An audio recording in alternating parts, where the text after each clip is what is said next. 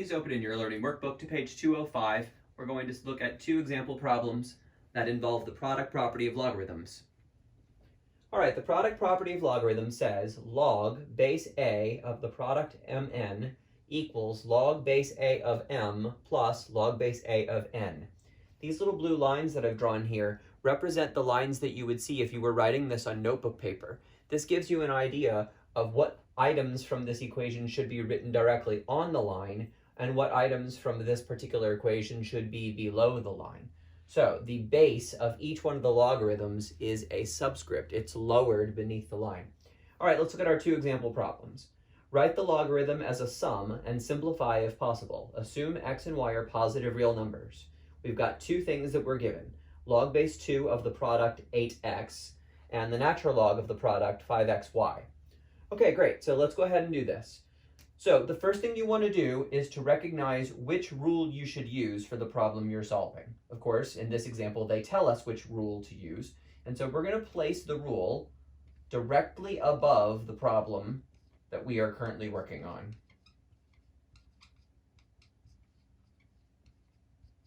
Now, we're going to make a visual comparison of these two lines. For example, we see that the number 2 is sitting down here in the base position. So when we compare these two lines, what we find is that A corresponds to 2. We find that the argument 8x corresponds to the argument mn from our rule. And specifically, we can see that the m corresponds to 8 and the n corresponds to x.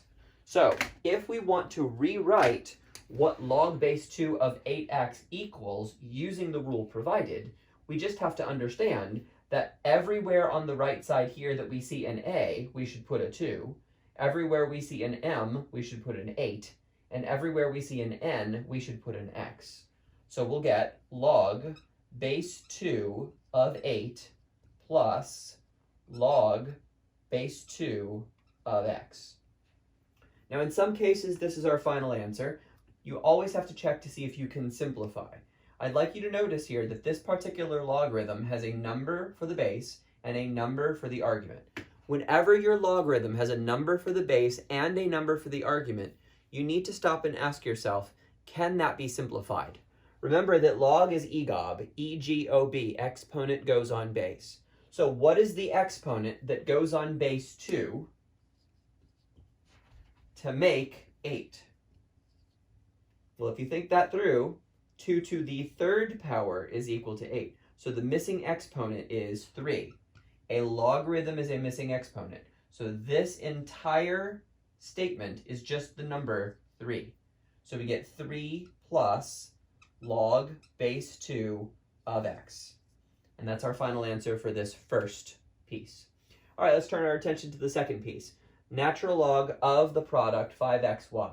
So the first thing that you need to remember here is that a natural log is a log with a base of e. So this is the same thing as log base e of the product 5xy. And when we write our statement, our rule up here, so that we can line things up, here's what we see in our comparison. We see that the base e in what we have been given is what we're going to use for a in the rule.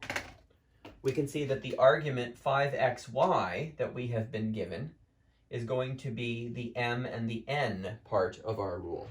Now this allows us to discuss a really interesting property of this particular rule.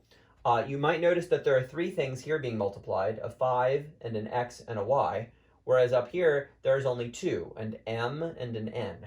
So what that means is we need to figure out what we want to put with what. We can group the 5x together and call that m, if we'd like, and then the y would go with the n. There are other ways that you can group these as well. All right, so with that in mind, I'm going to rewrite this as log base e of m, which is 5x, plus log base e of y. And you might notice that once again, we have a log of a product. which means we can use this rule again to separate this log into two pieces. So this is going to split into log base e of 5 plus log base e of x plus log base e of y. Okay, now there's only one more thing we're going to do here to represent our final answer, and that would be to turn this back into ln. Log base e is the same thing as natural log, so we get our final answer, natural log of 5 plus natural log of x plus natural log of y.